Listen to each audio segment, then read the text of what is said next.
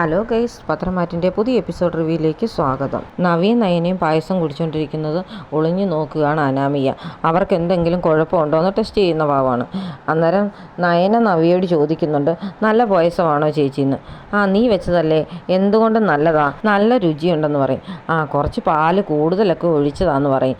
എന്തായാലും അമ്പലത്തിൽ നിന്ന് മാലയിട്ട് വരുന്നവർക്ക് കൊടുക്കാനൂടെ അല്ലേ, അതുകൊണ്ട് ഇച്ചിരിയും കൂടെ രുചിയോടെ ഇരിക്കട്ടെ എന്ന് വിചാരിച്ച് ഉണ്ടാക്കിയതാന്ന് പറയും. ഇതൊക്കെ കേട്ടോണ്ട് അനാമിക വാതുക്കെ നിൽപ്പുണ്ട്. കുടിക്ക്, രണ്ടിൻ്റെയും വയറ് കുറച്ചു നേരം കഴിയുമ്പോൾ ശരിയാകുന്ന കാണാം എന്നൊക്കെ പറയുന്നുണ്ട്.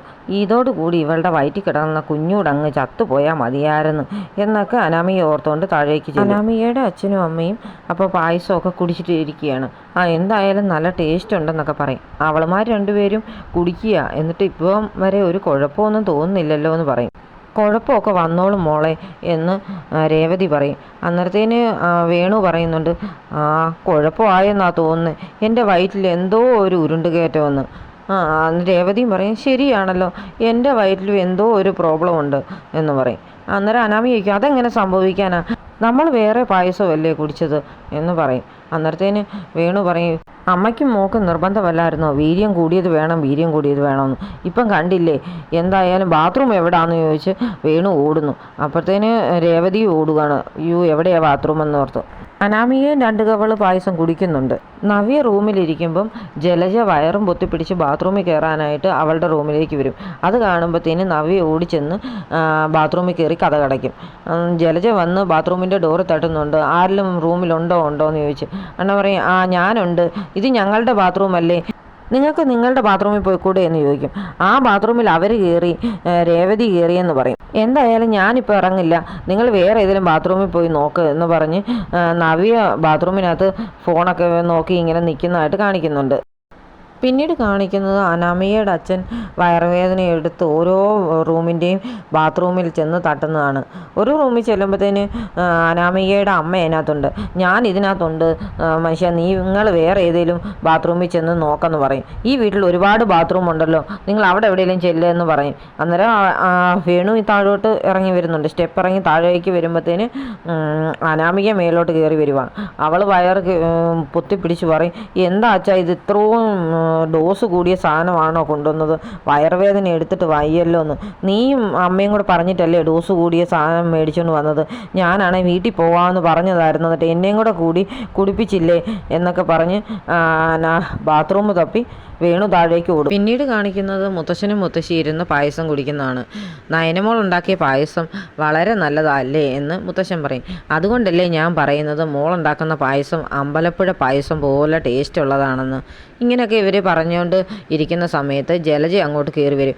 ഓടി വന്ന് നേരെ ബാത്റൂമിലേക്ക് പോകുന്ന വഴിക്ക് പറയുന്നുണ്ട്, ഒന്നും ചോദിക്കരുത്, ഒന്നും പറയാനുള്ള സമയമില്ല എന്ന് പറഞ്ഞ് ഓടിച്ചെന്ന് ബാത്റൂമിൽ അങ്ങ് കയറും.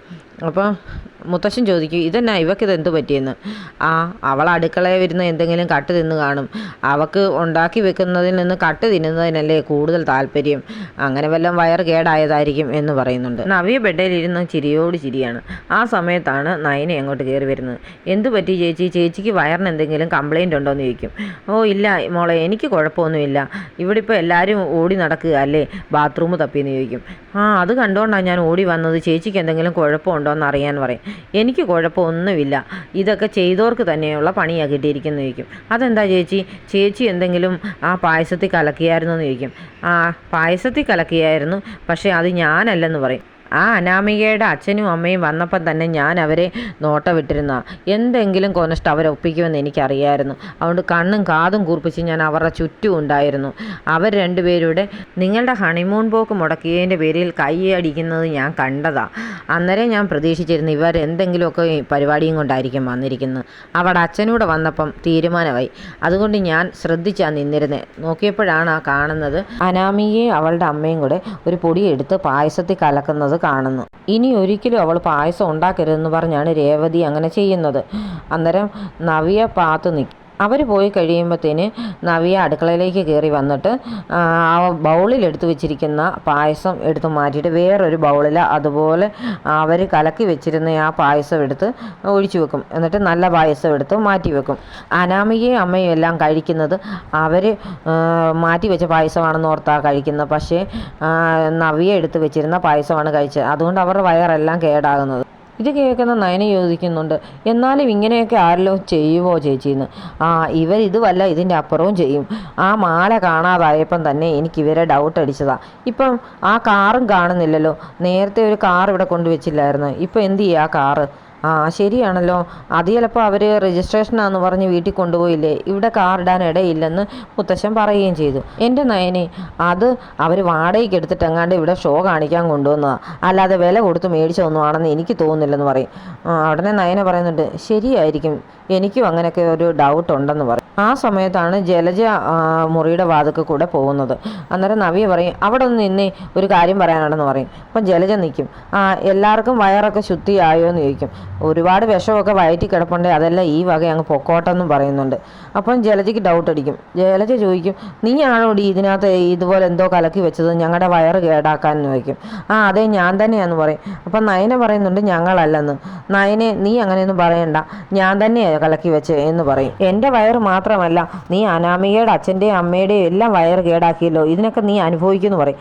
അതെ, അനുഭവിക്കുമെങ്കിൽ ഞാൻ അനുഭവിച്ചോളാം, നിങ്ങൾ പോയി നിങ്ങളുടെ പണി നോക്കെന്ന് പറഞ്ഞ് നവ്യ അങ്ങ് പോകും. നവ്യ ഹാളിലിരിക്കുമ്പോഴത്തേന് അനാമിക വയറും പൊത്തിപ്പിടിച്ച് ഇറങ്ങി വരും. അന്നേരം അനാമികയുടെ ആ വെപ്രാളമൊക്കെ കാണുമ്പോഴത്തേന് നവ്യയ്ക്ക് ചിരി വരും. നവ്യ ചിരിക്കുന്ന കാണുമ്പോഴത്തേന് അനാമിക അങ്ങോട്ട് ചെന്നിട്ട് നവ്യയോട് ചോദിക്കും, നീ ആണോടി ഇങ്ങനെയൊക്കെ ചെയ്തത്, എൻ്റെ വയറ് ശരിയാക്കാനായിട്ട്, നിന്നെ ഞാൻ വെറുതെ വിടത്തിലടി എന്നൊക്കെ പറയും. അതെ ഞാൻ തന്നെ അടി ചെയ്തെന്ന് പറയും. എൻ്റെ വയറ്റിലൊരു കുഞ്ഞുണ്ടെന്ന് പോലും വിചാരിക്കാതെ നീയൊക്കെ ചെയ്ത പ്രവൃത്തി ഞാൻ കണ്ടതാന്ന് പറയും. ഇത് കലക്കി വെച്ചത് നിൻ്റെ അമ്മയാന്ന് പറയും. അത് കേൾക്കുമ്പോഴത്തേന് അനാമിക ഒന്ന് ഞെട്ടുന്നുണ്ട്. നീയും കൂടെ ഉണ്ടായിരുന്നു, ഞാനത് കണ്ടതാണ്, അതുകൊണ്ട് തന്നെ ആ പായസം മാറ്റി വെച്ചെന്ന് പറയും. ഞാനിതൊരു വിഷയമാക്കും, നീ നോക്കിക്കോ, നിന്നെയൊക്കെ ഞാൻ വെറുതെ വിടത്തില്ലടി എന്നൊക്കെ പറയും. നീ പോയി വിഷയമാക്കൂ, എന്താണല്ലോ ചെയ്യുക, എനിക്കറിയാം ഇതൊക്കെ നോക്കാനെന്ന് പറഞ്ഞ് നവ്യ അങ്ങ് പോകും. നവ്യ അങ്ങനെ ഇരിക്കുമ്പോഴാണ് നന്ദുവിൻ്റെ ഫോൺ വരുന്നത്. അന്നേരം നവ്യ അവരോർക്കുന്നത് നയനയും ആദർശേട്ടനും പോയി കാണുമെന്ന് വിചാരിച്ച് വിളിക്കുന്നതായിരിക്കും. ദൈവമേ, ഞാൻ എന്ത് മറുപടി പറയുമെന്ന് ഓർത്ത് ഫോൺ എടുക്കും. അപ്പം നന്ദു ചോദിക്കുന്നുണ്ട്, അവരെപ്പോഴാണ് പുറപ്പെട്ടത്, ഇപ്പോൾ എവിടെ എത്തി എന്നൊക്കെ വിളിച്ചായിരുന്നോ ചേച്ചിന്ന്. അന്നേരം നവ്യ പറയും, അത് പിന്നെ മോളെ, നിന്നെ കുറച്ചു നേരം കഴിയുമ്പം നയനെ വിളിക്കും, അപ്പോൾ പറയുമെന്ന് പറയും. ഞാൻ വിളിച്ചില്ലായിരുന്നൊക്കെ പറയുന്നുണ്ട്. അപ്പോൾ അങ്ങോട്ടേക്ക് ഗോവിന്ദൻ വരുന്നുണ്ട്. അപ്പം ഗോവിന്ദനോട് നന്ദു പറയും, എന്നാലും ചേച്ചിക്ക് എന്തോ സങ്കടമുള്ളതുപോലെ ആദർശേട്ടനും നയനയിടത്തെയും കൂടെ പോയിരിക്കുകയല്ലേ എന്നൊക്കെ പറയും. അത് നീ എന്തിനാ അവളോട് അങ്ങനെ ചോദിച്ചത്, അവളുടെ ജീവിതത്തിൽ ഇങ്ങനെയൊന്നും സംഭവിച്ചില്ലല്ലോ എന്ന് പറയും. അതിന് കാരണക്കാരി ചേച്ചി തന്നെയല്ലേ, അഭിയേട്ടൻ്റെ സ്വഭാവം നേരത്തെ അറിഞ്ഞിട്ട് വേണ്ടായിരുന്നോ ജീവിതത്തിലേക്ക് കടക്കാൻ എന്നൊക്കെ ചോദിക്കും. അഭിയുടെ സ്വഭാവം എന്നെങ്കിലും നന്നാവും മോളെ എന്നൊക്കെ പറയുന്നുണ്ട് ഗോവിന്ദൻ. എന്നിട്ട് പറയും, നമുക്ക് ഇന്നു മുതൽ നോയമ്പെടുക്കണം, നമ്മൾ മണ്ഡലകാലമാകുമ്പോൾ നോയമ്പെടുക്കാറുള്ളതല്ലേ, ഈ വർഷം മാത്രമല്ലേ പോകുന്നില്ലാത്തുള്ളൂ, ശബരിമലയ്ക്ക് പോയില്ലെങ്കിലും നമുക്ക് നോയമ്പെടുക്കണം, അതിൻ്റെ പുണ്യം നിങ്ങൾക്ക് എല്ലാവർക്കും ഉണ്ടാകും എന്നൊക്കെ പറയും. അഭിയുടെ ജീവിതം എങ്ങനെയൊക്കെ ആയെന്ന് പറഞ്ഞാലും ആദർശം നയനെ അവിടെ ഉള്ളിടത്തോളം കാലം നവ്യയ്ക്ക് വിഷമിക്കേണ്ടി വരില്ല. അവർ രണ്ടുപേരും നവ്യയും കുഞ്ഞിനെയും നോക്കിക്കോളും. എന്നാലും അവരല്ലല്ലോ, അഭിയേട്ടനല്ലേ അച്ഛാ നോക്കേണ്ടെന്ന് പറയും. അതൊക്കെ നമുക്ക് എന്നെങ്കിലും ശരിയാവുമെന്ന് വിശ്വസിക്കാം മോളെ എന്ന് പറയുമ്പോൾ സങ്കടപ്പെട്ട് ഇങ്ങനെ നിൽക്കുന്ന നദുവിനെ കാണിച്ചുകൊണ്ടാണ് ഇന്നത്തെ എപ്പിസോഡ് അവസാനിക്കുന്നത്.